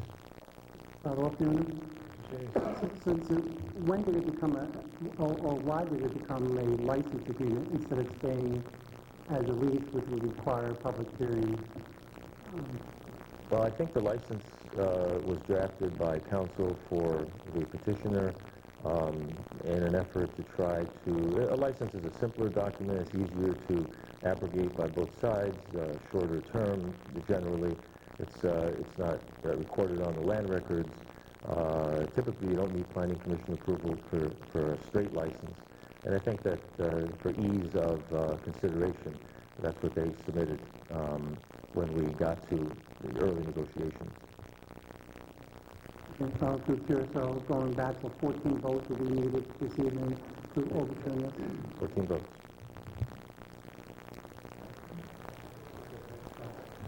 Let me just clarify one thing.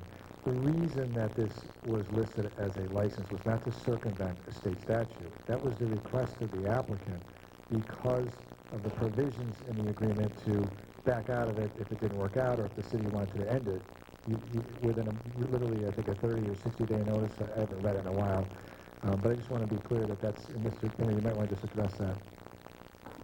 I didn't mean to suggest in any way that the license was submitted to circumvent anything. There is a 90-day cancellation provision in the agreement. As I say, I think the submission was simply for ease of consideration or a simpler format. Typically, that's why people offer licenses. I might suggest that if the council's wrestling with us a little bit tonight, we certainly can recommit this and address some of the issues that have been raised. I mean, it certainly would be a way of doing that, or we can simply vote. But I just want to make that recommendation. I got Mr. Trombetta and Mr. Reed. Mr. Trombetta. Thank you, Your Honor. Although I'm ecstatic that a business is doing well in the city of Danbury, and Dr. Fry has a great practice, there are many businesses that are really struggling because of parking. I can't see where someone mentioned precedent. I think if we allowed this parking positive recommendation to approve the parking, yet we receive a negative for planning, that to me is a precedent in the wrong direction. So I tonight will be voting no. Thank you, Mr. Trombetta. Mr. Visconti? Thank you, Your Honor. I'd like to move the question. Yeah, you made the move the question. It's been seconded. Because we don't want to recommit tonight. Just a thought. Seconded by Mr. Sadi. The motion to move the question is not debatable. And at this time, we'll try your minds on moving the question, which means if you vote yes, you're voting that you want to end debate and vote on the main motion. If you vote no, it means you don't want to end debate and you want to continue the discussion or potentially consider any other motions. So with that, I'm going to have the clerk just call the roll, and I believe a simple majority under our code ordinances is required to move the question. Madam Clerk, please call the roll. McMahon. Johnson. Yes. Trombetta. Yes. Pellegrino. Yes. Perkins. Yes.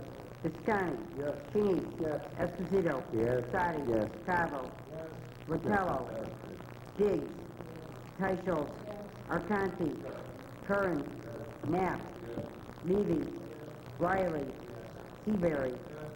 Stanley. Okay, there being 20 votes to move the question. Everybody wanted to talk, sorry. so someone should say it. It's been a busy day. Okay, at this time, all those in favor of the motion was made to adopt the report and to engage in a license at 84 Hospital Avenue. That's the motion that's on the table. Mr. Sadi? Request a roll call vote, Your Honor, and just to clarify that a no vote meaning you're against the... The no vote meaning that you're opposed to the license. A yes vote meaning that you are supporting the license, and there's a 2/3 requirement to override the Planning Commission's recommendation, just so everybody's aware. Okay, so with that, I'm going to ask the clerk to call the roll. McMahon. Johnson. Trombetta. Pellegrino. Perkins. Visconti. No. Cheney. No. Esposito. No. No. That was a no. Sadi. No. Cavo. No. Rotello. Diggs. Teichholz. Arcanti. Curran. Knapp. Yes. Levy. Riley. Seabury. Stanley. Two. Okay, there'll be 18 noes and 2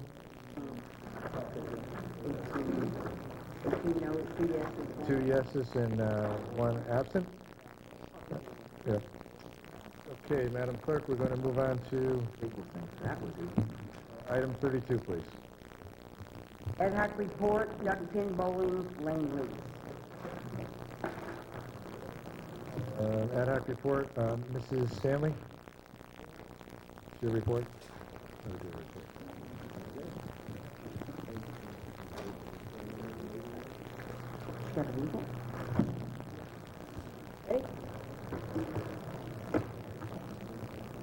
Honorable Mark B. Boughton, Mayor, council members.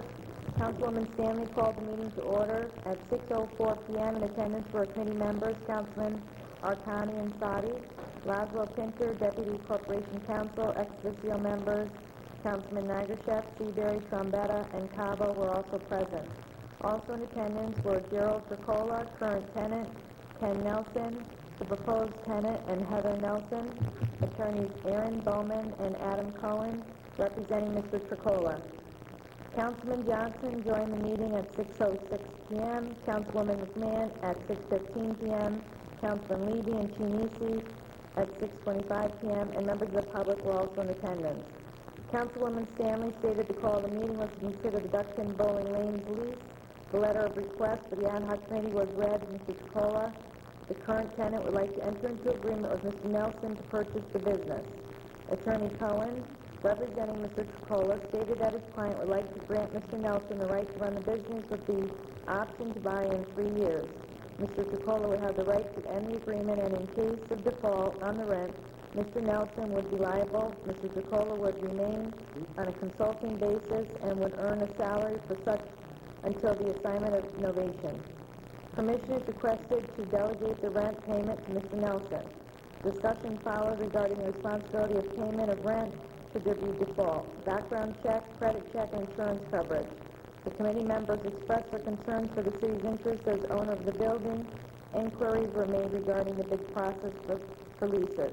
Attorney Pinter advised that the lease was signed in 2006 for 5 years with an option to renew for an additional 5 years. There is no precedent for this type of assignment of a lease, and he would like to review the option agreement. Council Councilman Sadi moves to recommend to the council as a whole approval of the request subject to the following three conditions. Language in all relevant documentation to ensure that during the option period that Mr. Tricola is ultimately liable for any defaults under the existing lease, that a credit check be performed on Mr. Nelson, and that a background check be performed. The items should be made available and presented prior to the next council meeting in their entirety, subject to any privacy concerns. Seconded by Councilman Arcanti. Motion passed unanimously. Unanimous vote. Councilman Arcani moved to adjourn at 6:30 p.m. Seconded by Councilman Sadi. Motion passed by unanimous vote. Respectfully submitted, Councilwoman Stanley, Chairwoman, Tom Sadi, and Bob Arcani. Thank you, Councilman. What's your pleasure, Mr. Cavo? Thank you, Your Honor. In my last checking today with Corporation Counsel's office, the three items that were mentioned in Mr. Sadi's motion during the committee meeting have not been able to be met as of today's date. And seeing that that has not been able to be accomplished, I'd like to make a motion at this time that we table this item. The motion's been made and seconded to table the item. Any discussion on the tabling? I think I just want to with the council's indulgence, I just want to clarify those three items, the conditions that have not been met. Just for the record, that would be language and documentation ensure that during the option period that Mr. Tricola is ultimately liable for defaults, credit check be performed on Mr. Nelson, and then a background check be performed. Those are the three conditions that have not been completed. Okay. With that, Mr. Seabury? Just out of curiosity, was there just one that was not met at this point, or were there multiple ones? My understanding from Corporation Counsel, none of them were met. Les? Roberts? Councilman Seabury, the item number one, the language in the option agreement. The option agreement is in our office. It was just received a few days ago. I'm going through it now. There is some language in there that has some compliance with the request that Councilman Sadi made, but it's not exactly on point with the request, so I've got to review that, talk to council. The other two items are on their way to personnel, the background check, credit check. We have authorizations from them, but that's in process. All right, thank you, sir. Okay. Any other discussion about the motion to table? Seeing none, then I'll try your minds. All in favor of tabling this, please signify by saying aye. Aye. Any opposition? Motion passes unanimously. Madam Clerk, item 33, please. Ad hoc report, Charles I. Property acquisition. And that, please. You could wait a minute. Comfortable. Chairman Jack Knapp called the meeting to order at 6:30 p.m. on Tuesday, July 22nd, 2008, in the caucus room, 3rd floor, Danbury City Hall, 155 Deer Hill Avenue. Present with committee members James Diggs and Paul Vitello. Ex officio members Benjamin Chenise, Warren Levy, Greg Seabury, and Shay Magaset, who entered during the meeting. Also present were Honorable Mark D. Belton, Mayor, Robert J. Hammond, Corporation Counsel, Wes L. Pinter, Deputy Corporation Counsel, Steve Greenberg, Charles I. Authority, David St. Clair, Finance Director, and members of the public. Chairman Knapp introduced everyone present at the meeting. Chairman Knapp explained the purpose of the evening's meeting was to review and consider approving the proposed Charles I. property acquisition. Chairman Knapp noted that the Planning Commission gave the request before the committee a positive recommendation at their meeting of May 21st, 2008, subject to approval of all documents by Corporation Counsel, including the recording of the conservation restriction. Chairman Knapp asked Mayor Boughton to provide everyone with some background regarding the request before the committee. Mayor Boughton explained that when Charles I. Authority was reestablished last year, there was a lot of discussion regarding what needed to be addressed that was not addressed by the previous entity. One of the outstanding items is a parcel of land in the center of the facility that was purchased by the previous entity years ago to add to the inventory of property. The facility is owned by the state, not Westcon, as has been a misperception of people. The mortgage payments fell behind because of the previous entity's poor financial standing. The principal, interest, and late fees currently are in excess of $160,000. The authority currently uses the parcel for food and vendors. Mayor Boughton has had an ongoing discussion with the Newtown Savings Bank officials. They have graciously agreed to waive the interest and the late fees and deduct approximately $30,000 from what is owed in exchange for the prompt payment of $131,000. The ordinance for the authority does not allow for the purchase of the parcel. They are not allowed to hold real property. The city would need to purchase the parcel. Mr. Yaman added that the amount being waived is approximately $30,000 in principal and $25,000 in interest and penalties as of March 23, 2008. Mayor Bowden explained that a conservation easement would be placed on the parcel to be used as open space. A payout plan would be established with the authority once they are on their feet. Ultimately, the city would own the property. Mayor Bowden felt the city would benefit in that it is a buildable lot. Should the state ever wish to sell the I Center property, the city would have leverage to save the center. Mr. Greenberg explained that the previous entity had a parcel appraised 2.5 years ago for $190,000, which he did not consider was the fair market value. The previous entity attempted to sell the parcel to pay their debt, but there were conflicts with the neighbors. And once a new authority was established, the parcel was taken off the market. The parcel is in an area where the vendor set up, and it is set back, which controls the noise level for the neighbors. Mayor Bowden explained that the plan is to first gain control of the property before it is sold, and then discuss plans to recoup the money expended by the city. Mr. St. Hilaire explained that there are different options for the authority and the city with regard to the financial arrangements to assist the authority and not overburden them financially. Mayor Bowden pointed out that the city's bond rating has been upgraded, which has not occurred for 15 years. Chairman Knapp asked whether the $131,000 would be bonded, and Mr. St. Hilaire said yes. Councilman Vitello asked if the request was for one parcel or two. Mr. Yemen explained that there are two parcels of land, but that they would be sold as one, and together the land is buildable. Councilman Vitello asked what the acreage was. Mr. Greenberg said the center's property total was over 40 acres. Mr. Yemen said the parcel in question totals approximately 1.8 acres.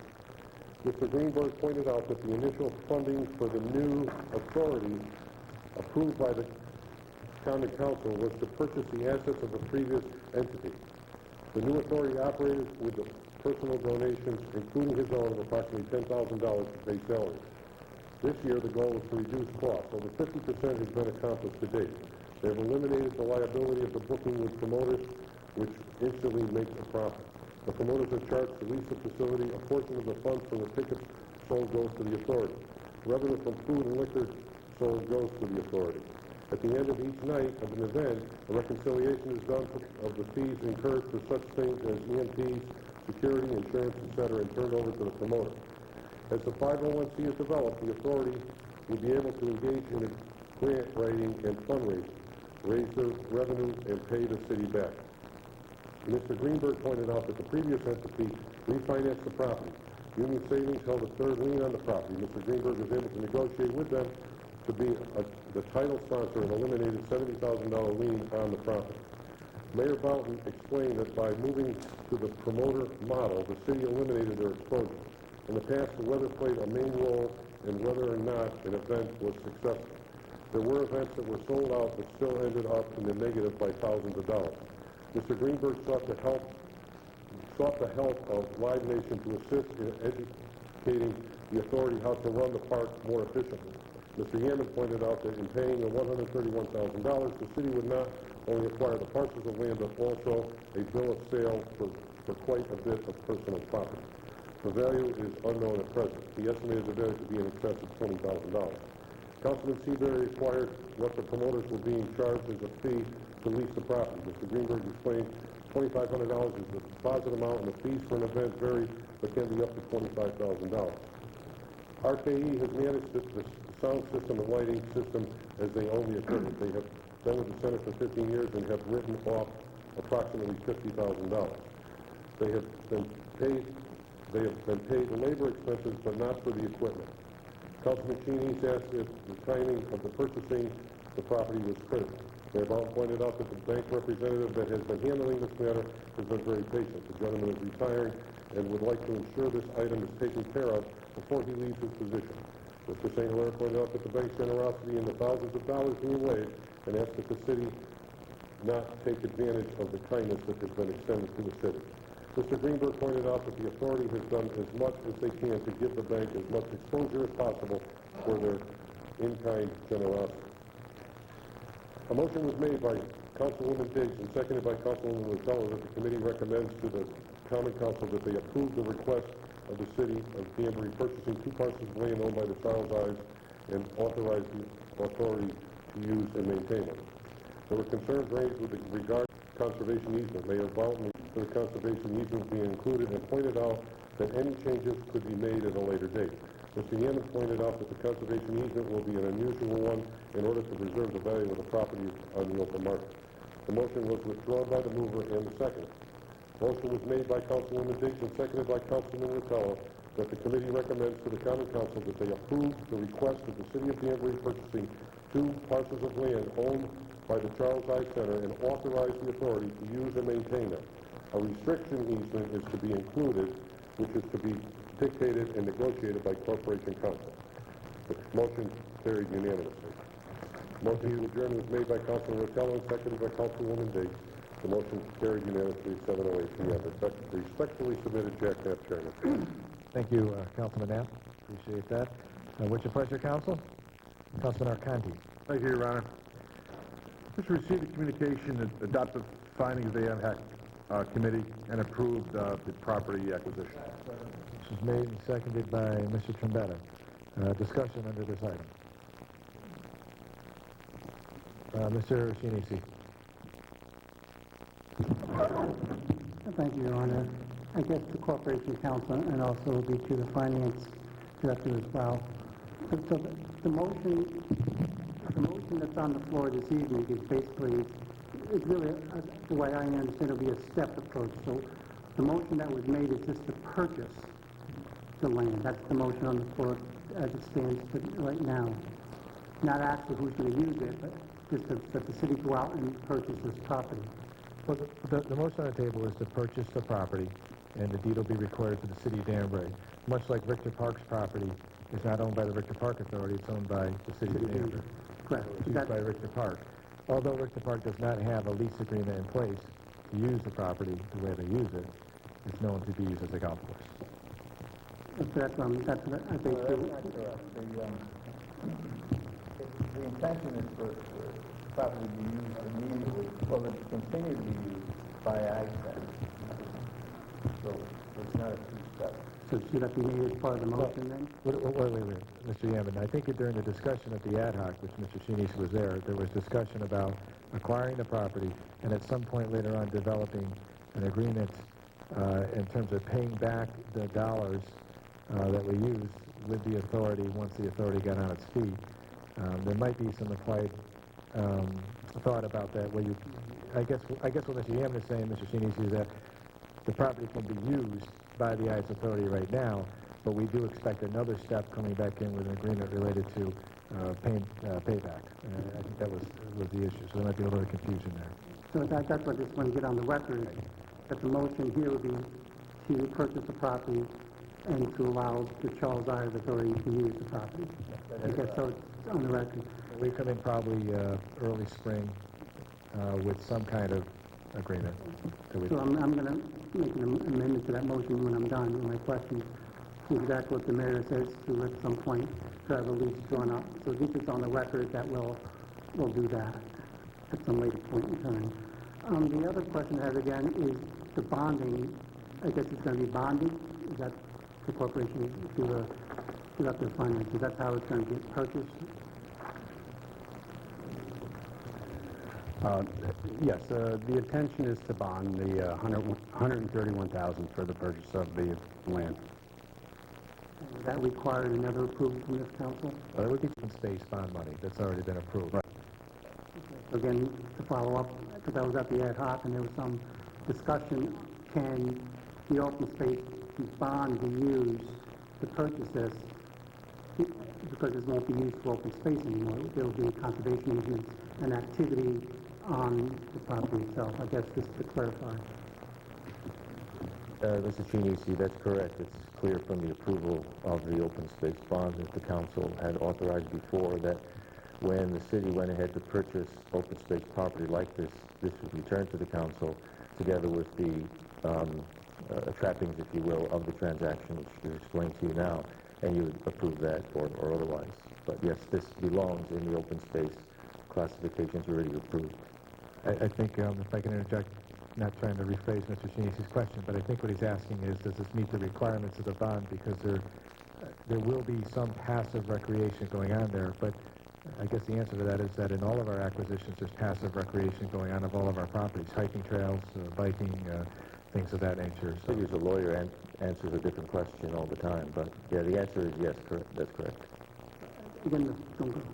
Again, at some point, if it ever gets to be a license agreement or a lease, will that violate that bond? No.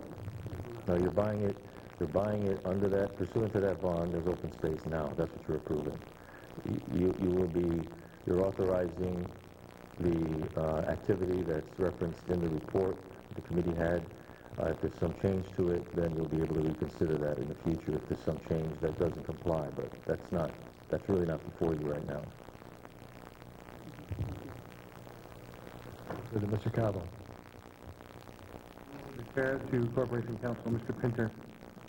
Mr. Pinter, just for clarification purposes,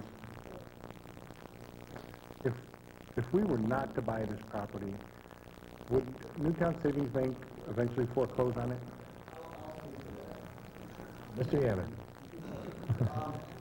Back in February, at the direction of the mayor and the urging of Ives, I negotiated, in effect, a short sale with John Martochi, who is the president of Newtown Savings Bank, who is being a tremendously good citizen in this matter. Actually, we looked at the numbers after the ad hoc committee. They're forgiving closer to $50,000, which is several times what's typically forgiven percentage-wise in a short sale. A short sale, by the way, if you will, is when you are selling property for less than is owed on the loans. There's two loans. One is 136,804.47. One is 20,024.43, and I'm sorry, 23,850.59, and with interest and penalties, if we get the property for 131, which is what they agreed to on March 21st, we'll be saving approximately $50,000, just short of $50,000. So they're giving us a tremendous price on this property, and if you look at the alternatives, this is an integral part of the Ives. This is where some of the concessions are located. If this property goes into foreclosure, which it will do in the next few weeks if we do not purchase this property at this fire sale, and in addition, if we kind of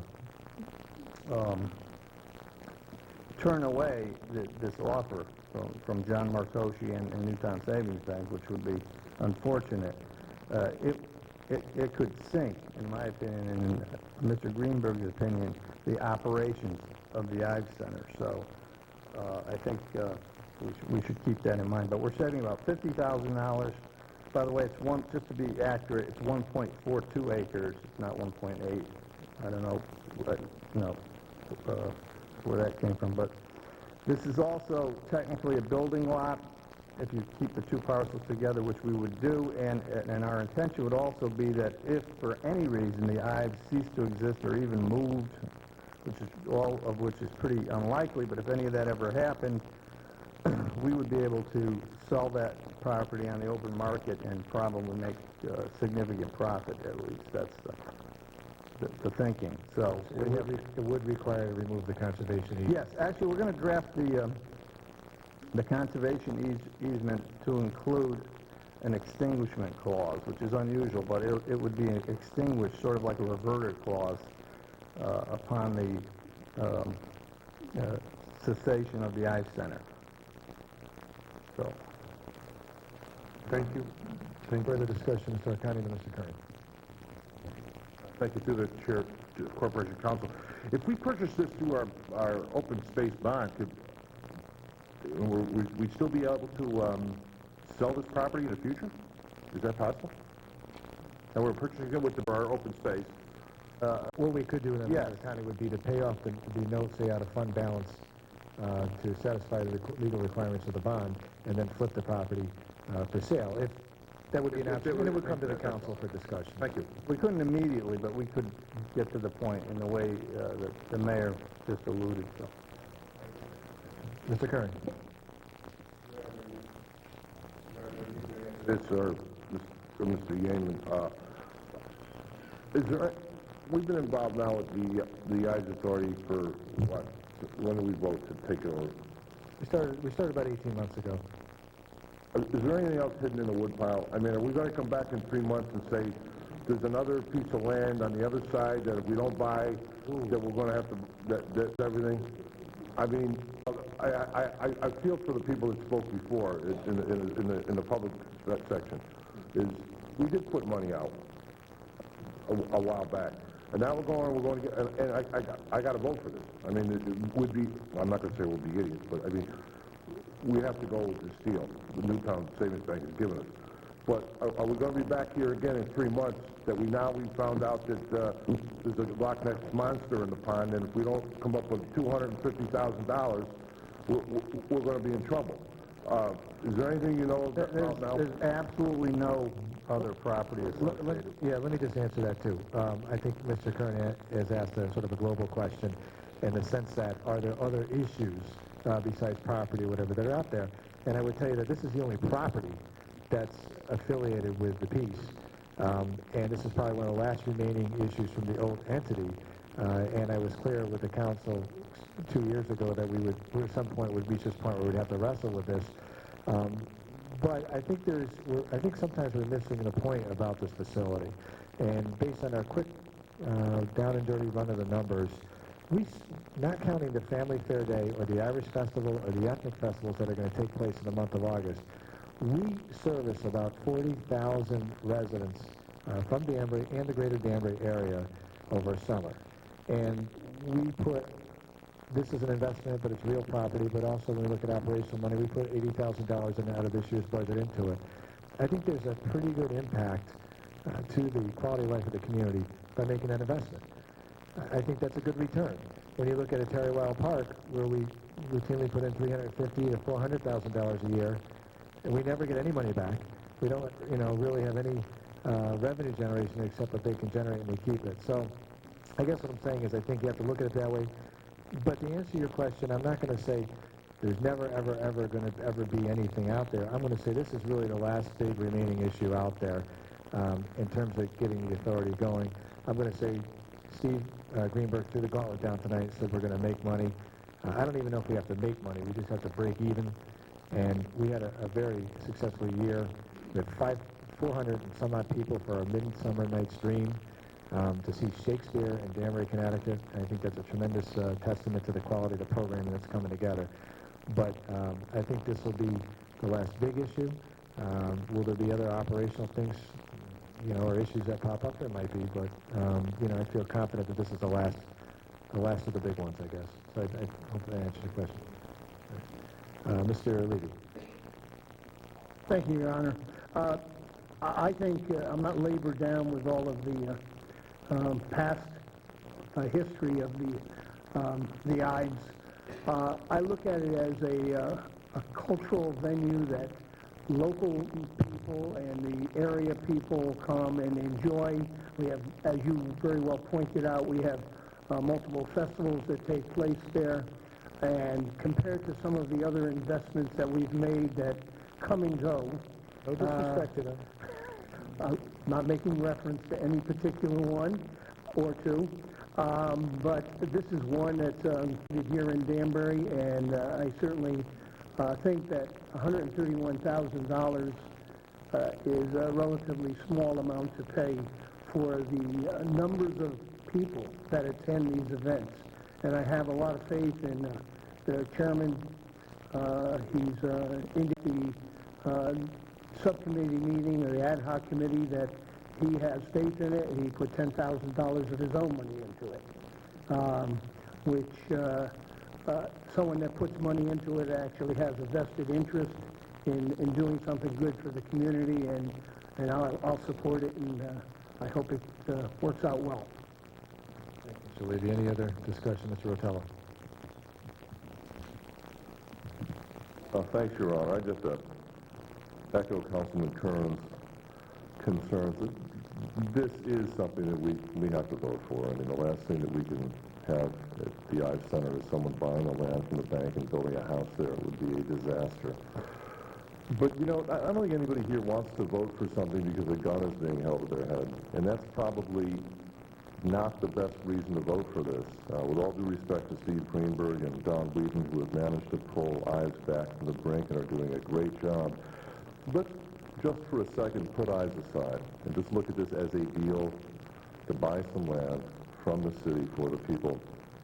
It doesn't have to be at the Ives Center. It could be on the south side, or the east side, or the north side, near New Fairfield, near a reservoir, near a greenway.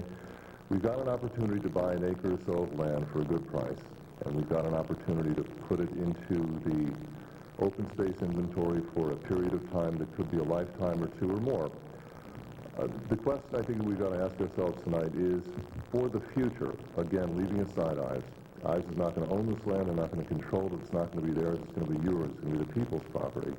Is it a good deal for the taxpayers of Danbury, regardless of what is going to happen in the future with Ives and Westcott? You know, they're talking about building a $100 million arts center. It's not just talk. The governor has approved $12 million of preliminary funding. That will be right next door to Ives, and it is going to be an integral part of Ives, because remember that Westcott is a full partner in Ives now. Ives Performance Arts Center outside and the new Performing Arts Center building, a $100 million, 150,000 square foot building, will be complementing each other. My guess is down the road, Ives is going to be a very big deal, perhaps as big as Tanglewood, perhaps even bigger. But again, putting that aside, forget about that. Ives could close down tomorrow. We're still going to own that property, and we're going to get it for a good deal. At best case, Ives is actually going to fund the property. They're going to pay for it, and we're going to get it for free. Even after they paid us for it, we're still going to own it. It'll still be ours to do with what we want down the road. So I think I have to ask myself, nobody up here is a bigger fan of Ives, but I've got to ask myself, is the deal itself good for Danbury? And I've looked at this for the last couple of weeks, and I have to say yes. Thank you. Yes, sir. No further discussion. Mr. Calandino, Mr. Perkins. Your Honor, I'd like to move the question. Okay, motion's made to move the question. Is there a second? Seconded by Mrs. McMahon. And Mrs. Stanley, so you have a third in there. We'll do a roll call vote, and I'm going to ask the clerk to please call the roll. A yes vote means we'll move the question and vote on the underlying motion. A no vote means you want to discuss the issue more. McMahon? Johnson? Trombetta? Pellegrino? Yes. Perkins? No. Visconti? No. Cheney? No. Esposito? No. Sadi? No. Cavo? Botello? Diggs? Teichels? Arconti? Curran? Knapp? Levy? Riley? Seabury? I'm voting no on this. Stanley?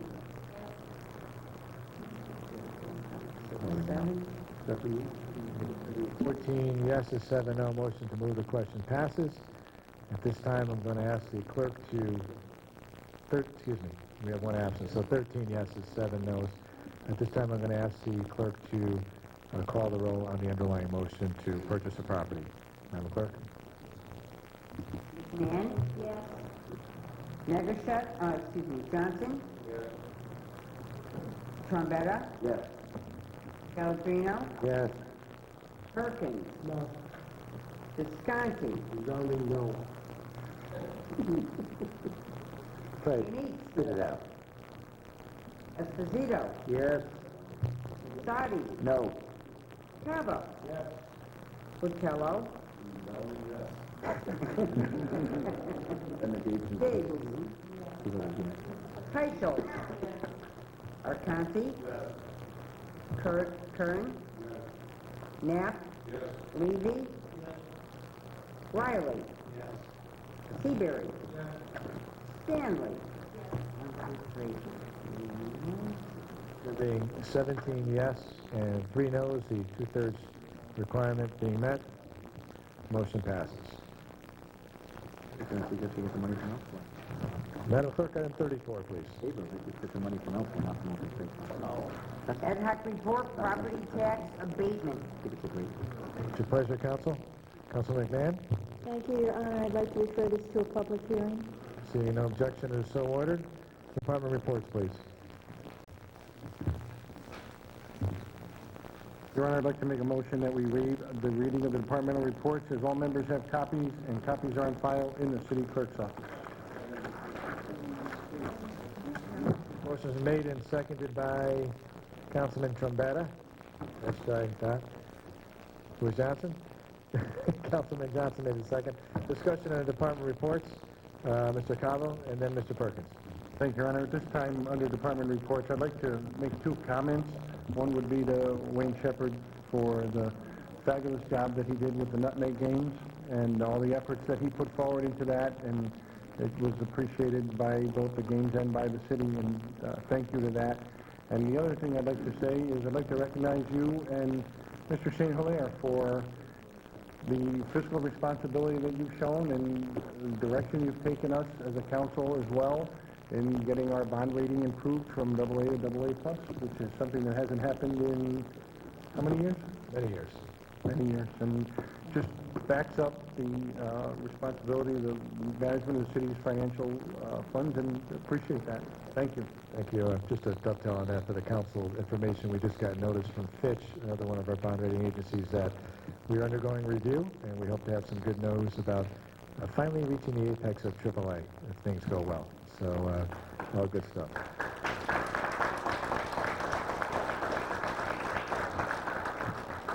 With that, continue on department reports. Mr. Perkins has been waiting patiently.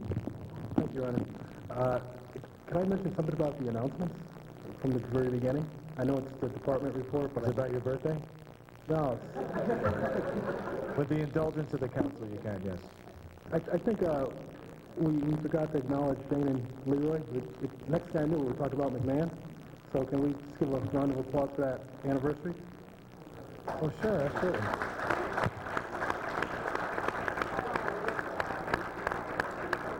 Right? Yeah. Just want to make sure we did recognize Jane for living with Leroy if he's watching this right now. So, sorry, Leroy. Your Honor, but I do have some questions about the reports. Can I go into that now? Thank you.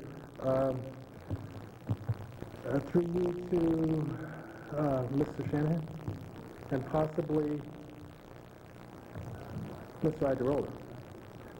Concerning the construction of the new police department, it's been brought to my attention that there's a boom on the sidewalk, kind of blocking pedestrian traffic. I was wondering if there's some way we can put maybe a Jersey barrier to allow folks to walk in that little strip of land safer. I've seen a lady almost get hit the other day. You say was blocking the sidewalk? There's a boom, a lift to get material from the lower level up to the higher levels. Yeah. It's taking up the sidewalk. People have to walk on, like 18, 20 inches We'll take a look at it tomorrow morning. Okay. Yep, see if it's a mobile unit, and we'll take care of it. Pedestrian traffic is just as much as important as vehicle traffic. But we can get that sidewalk open. We'll take a look at it tomorrow morning. Yep. Follow up, please. Thank you. This, I believe, has to do with the engineering department, traffic control, and probably the police department also. The Route 7 portion heading south, got a lot of complaints. Well, not a lot, but I got several over the past couple of weeks. Mentioned a lot of speeding cars, trucks. Deputy Chief Shanahan? Motorcycles and wheelies and stuff. I was wondering if we could get a little bit more presence out there, and also they mentioned that if the lights were synchronized, we probably can slow traffic down a little bit so the trucks don't have to downshift and create such a noise disturbance. Synchronization of lights, I would defer to Mr. Corey, but certainly we did receive a complaint on the 311 Q alert system as well regarding speed enforcement out there, and that is something we are working on out there. Thank you. Okay, thank you. One more caller, please. Oh, Mr. Perkins, you got 3 things tonight, but go ahead. This is just a follow-up on the Board of Ed, that bonding. Can anyone give us an update or status on this, maybe Mr. St. Hilaire?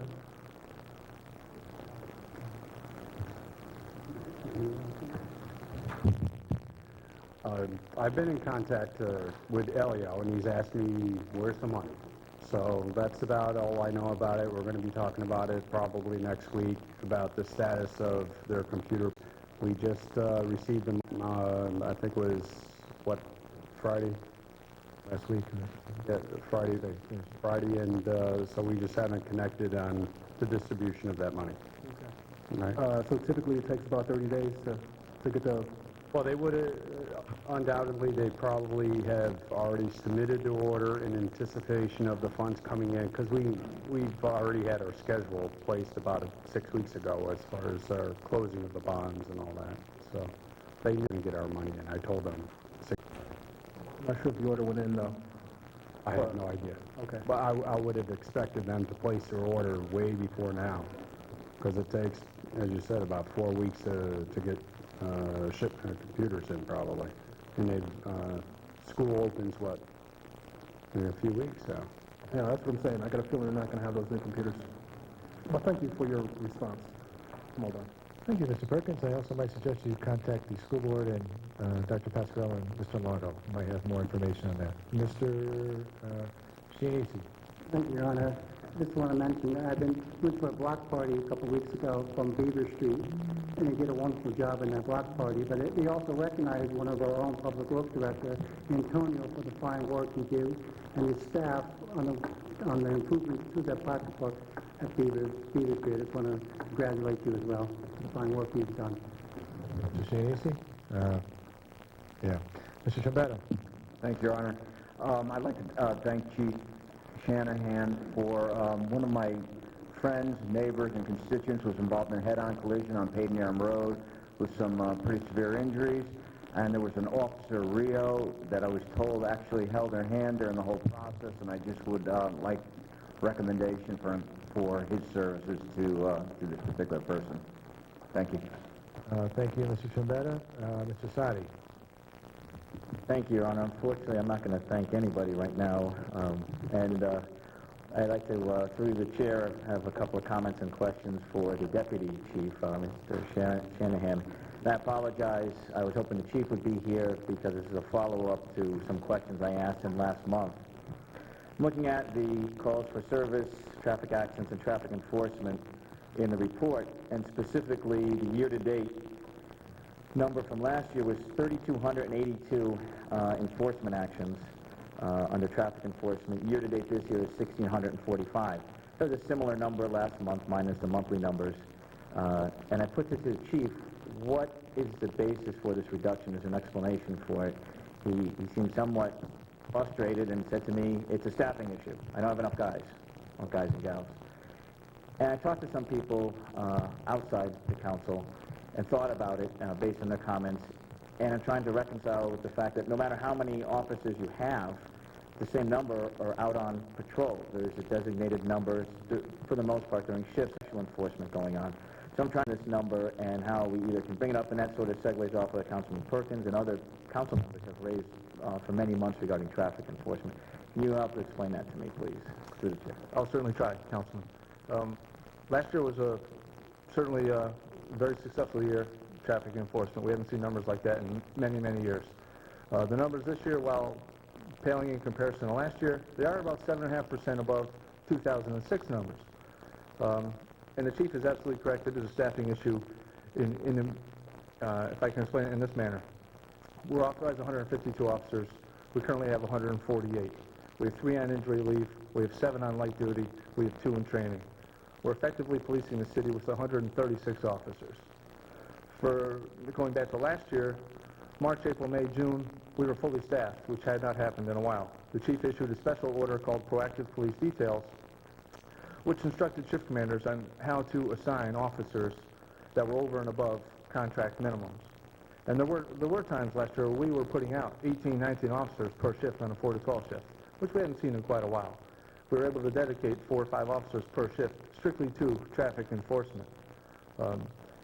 Unfortunately, this year, we're not able to do that. Last year also, as a result of an incident downtown, we instituted Thursday night patrols, which was a sergeant and 6 or 7 additional officers who were dedicated to crime suppression and traffic enforcement in the downtown area from 7 at night to 3 in the morning. I think last year, May, June, maybe, might have been May, possibly June, we issued 900 tickets in a month, largely as a result of that effort. That was a concentrated enforcement effort, which we carried on through the summer. Moving forward again, we were talking about fiscal responsibility. Chief and I were called into Mr. Hilaire's office towards the end of this year. Certainly we have to be mindful of our budget. We were using overtime to accomplish a lot of that when we had it available. This year we're certainly being careful with our overtime dollars, mindful of the budget. So there are a number of factors there. Also, our DUI grant last year was rather expansive. This year it's been curtailed by the state. The time allowed is compressed. We do not have the number of DUI sobriety checkpoints allocated to us that we did last year.